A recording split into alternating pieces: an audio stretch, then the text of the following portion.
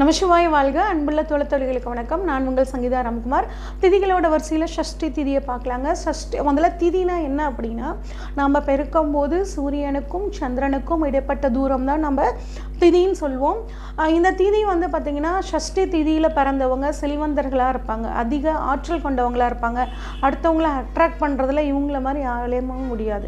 இவ்வளவு சிறப்பான இந்த திதி பார்த்திங்கன்னா மேசராசிக்காரங்களும் சிம்ம ராசிக்காரங்களும் இந்த திதியில் முக்கியமான விஷயங்களை எதுவும் செய்யக்கூடாதுங்க. கொஞ்சம் கவனமாக இருங்க. ஷஷ்டி திதி வளர்பிறை ஷஷ்டிக்கான தெய்வம் யார் அப்படின்னா முருகனுங்க. அதுவும் இவங்களுக்கான கோயில் அப்படின்னு சொல்லி பார்த்தோம்னா திருச்செந்தூர் முருகனுங்க. அதே மாதிரி வளர்பிறையில் சொல்லிட்டேன். அடுத்து தேய்பிறை திதியில் பிறந்தவங்க பார்த்திங்கன்னா இவங்களுக்கான தெய்வம் அங்காரகன். அது எங்கே இருக்கக்கூடிய அங்காரகன் அப்படின்னு சொல்லி பார்த்தோம்னா வைத்தீஸ்வரன் கோயிலில் இருக்கக்கூடிய அங்காரகனை வழிபடுறது இந்த திதியில் பிறந்தவங்களுக்கு ரொம்ப நல்லதுங்க. நன்றி, வணக்கம்.